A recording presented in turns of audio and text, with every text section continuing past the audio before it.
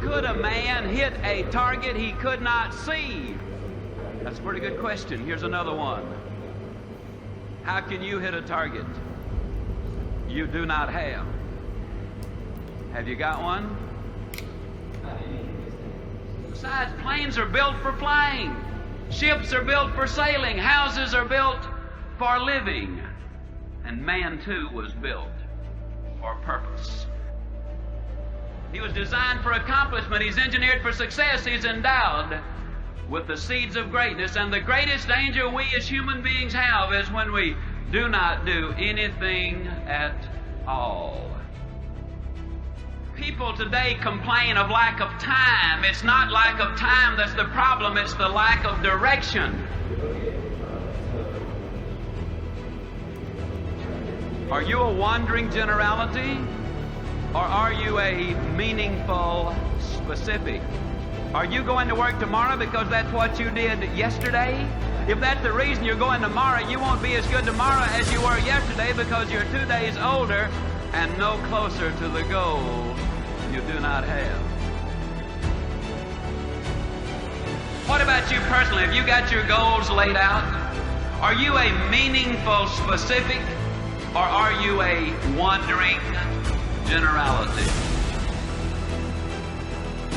I got better day by day and week by week and month by month, and I'm asking you to do the same thing until you can develop a long arm and a long reach, until you can develop influence that won't quit. Touch people next year you couldn't touch this year. Touch people now you couldn't touch before. Conduct a meeting now you couldn't conduct before. Heart and soul now mixed in there that wasn't there, missing before. I'm asking all of you to get better in spite of the winters, in spite of the downturn. The money downturn, the social downturn, the personal downturn, whatever it is. Just get stronger. Get better. When you start to say to yourself, I'm going to do it anyway, what happens is something really cool. You acknowledge that there are feelings that you have that are trying to swoop in and hijack you. You acknowledge them and you basically say, guess what? I'm going to do it anyway. I know you suffering. I know you hurt on the inside. You're wondering why. Like, why this gotta happen to me? Why I gotta experience it? Why this person had to take advantage of me? I promise you, you are turning into a warrior. Because the stuff that you're going through, the stuff that you have to experience, what don't kill you makes you stronger. If you look at the cat that goes to the gym and he lifting weight and he pumping iron, if you ask homeboy, hey bro, how you get so big, they gonna tell you it took a whole lot of time and I had to go through a whole lot of pain. And life is gonna grow you.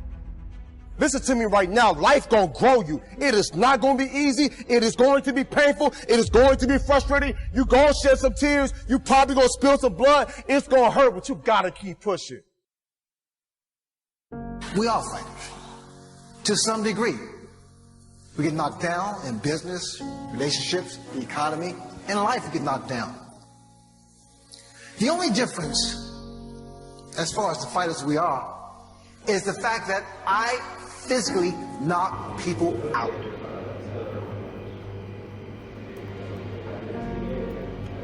It's not that we have a short time to live, but that we waste a lot of it. Fights can be won or lost during that period when a boxer must block out all the distractions, redirect his nerves, zone in on his upcoming fight. But how does he do that? How is he able to block it out? Not let it affect him. In fact, use it to his advantage. The answer is focus. For me personally, I'm constantly in a crisis to get to the next version of me. We all have a story. We have a money story, a relationship story, a health story. We have a story for everything. And then that story keeps recreating our lives over and over and over again. And we have beliefs that support the story. We have habits that support the story. We have people that support the story. We have systems that support our story. And so my question I always ask people, who would you be with a different story? People wonder, have I really made a decision? The real way we know if you've made a decision to make a change is that it's followed up with immediate, massive action. We all have the same amount of time in the world. Nobody has more time than anybody else. And when you become a very successful person, you can get very fixed on your gifts But those things can confuse you because they're not the things that construct your life. It's your choices. The goal is to have a vision for your life such that, all things considered, that justifies your effort. There's a lot of people invested in personal development to make it more complicated than it really is, as if there's these secrets, whether it's the authors of the books or mentors or whoever it is. In fact, even you might be invested if you can make it yourself believe that winning is complex, because really complexity is the enemy of execution, right? But if you can make yourself think it's complex, then it's really not your fault you haven't won yet, because you're missing something, rather than it probably being what it really is that you're unwilling or avoiding the work you need to do to really go build your company or build your field force or build your body or build your life. And so it's being able to simplify things and really know that there is no key to really winning. The key is the hard work and keeping things as simple as you can. People think the brain's really complicated. It's not. It's actually quite simple. You only need to know 3 things about your brain to always get what you want. And the first thing is your brain does exactly what it thinks you want it to do, because it listens to everything you say. So when you say things like, oh God, I got dumped, it was so painful, I never want to go through that again, all your mind can pick up is you don't want to be in a relationship again. When people have a miscarriage and go, I could never go through that again, I'd rather die than go through that again, your mind is picking up, oh right, well that's a statement, that's actually a command to me to make sure you never go through a miscarriage again. And that's how you get unexplained infertility, which is something else I've been working on a lot recently. Because the mind listens to what you say. So people go, oh, I went on this flight, I thought I was going to die. And do it, they go, I'm never getting on a plane. If this plane lands, I will never, ever get on a plane again. And of course it lands, they go, oh, it was just turbulence. But next time they go to the airport, they have a massive panic attack because your mind's like, hang on a minute, you said I never want to fly again. And so if you haven't got what you want, it's because you're giving your mind very confusing messages. Your mind's number 1 job is to listen to what you say and to act on it. Its second job is to move you towards pleasure and away from pain. And it will always, always, always do more to avoid pain. So let's imagine you've gone for an interview, you've done a public speech thing like me, and you've stood up, you've gone, oh my God, I'm never doing this again. And you'd have a terrible presentation. And one of my clients who worked for Sony was saying that she had to stand up and just say to Sony, this is a new band from Camden. And she stood up and went, this is a new band from, and they're called, she said, I couldn't do it. It's the simplest thing. And my boss had to take over. And I was explaining to her that when you do that and go, I don't want to do it. I don't want to do this again. Your mind is now going to make sure you don't do it again. So the next time you go to speak, it will give you a panic attack. It will make you ill.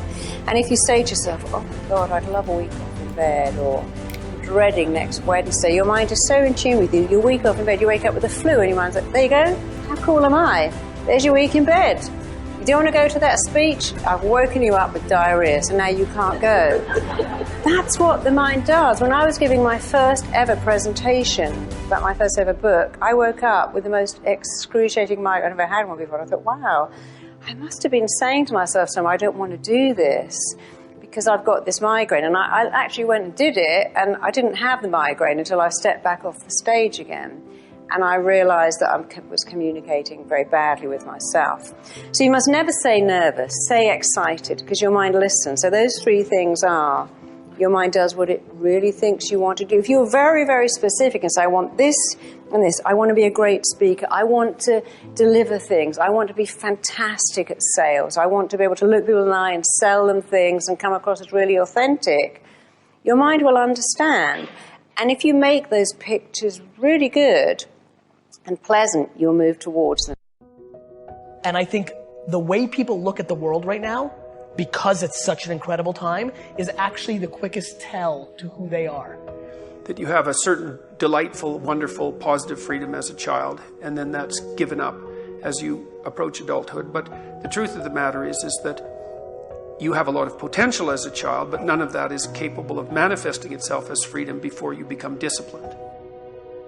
The nature of trying to get good at something. You got to recognize what's good and what is just fucking insane.